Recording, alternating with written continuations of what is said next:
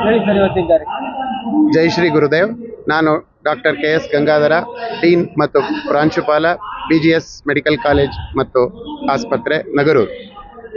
ತಾಯ್ತನ ಎನ್ನುವುದು ಹೆಣ್ಣಿನ ಬದುಕಿನಲ್ಲಿ ಒಂದು ಮಹತ್ವದ ಕ್ಷಣ.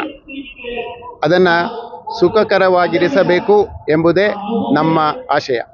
ಈ ಆಶಯದ ಫಲವಾಗಿ ಕಳೆದ ಆಗಸ್ಟ್ನಲ್ಲಿ ಒಂದು ಸಾಮೂಹಿಕ ಸೀಮಂತ ಕಾರ್ಯಕ್ರಮ ನಡೆಸಿದ್ವಿ.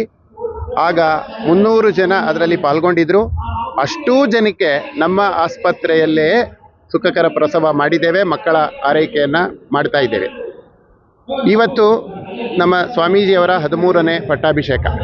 ಅದರ ಅಂಗವಾಗಿ ಏನಾದರೂ ದೊಡ್ಡ ಕಾರ್ಯಕ್ರಮ ಮಾಡ್ಕೊಬೇಕು ಅಂತ ಯೋಚನೆ ಮಾಡ್ತಿದ್ದಾಗ ಜನ್ಯಸಿರಿ 2 ಯಾಕೆ ಮಾಡಬಾರ್ದು ಅಂತ ಅನ್ನಿಸ್ತು.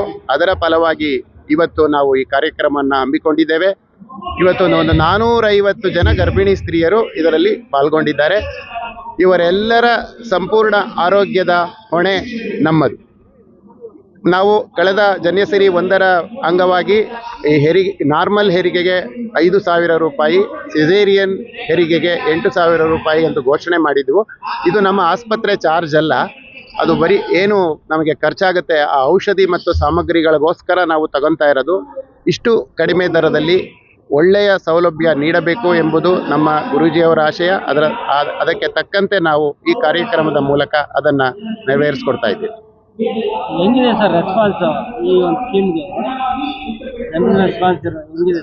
ತುಂಬ ಚೆನ್ನಾಗಿದೆ. ಅದು ಕಳೆದ ಸಲ 300 ಜನ ಬಂದಿದ್ದರು. ಬಟ್ ನಮಗೆ 5 ತಿಂಗಳಲ್ಲಿ ಸುಮಾರು ಒಂದು 700ರಿಂದ 800 ಡೆಲಿವರೀಸ್ ಆಗಿದೆ.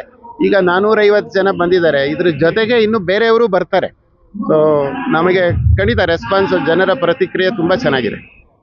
ಸರ್ಕಾರಿ ಆಸ್ಪತ್ರೆ ಇದರಲ್ಲೇ ನಡೀತದೆ. ಸರ್ಕಾರಿ ನಮ್ಮ ಆ ಥರದಲ್ಲಿ ಹೌದು. ಬಡವರಿಗೆ ಎಲ್ಲರಿಗೂ, ಬಡವರಾಗಲಿ ಶ್ರೀಮಂತರಾಗಲಿ ಎಲ್ಲರಿಗೂ ಅದೇ ರೇಟ್.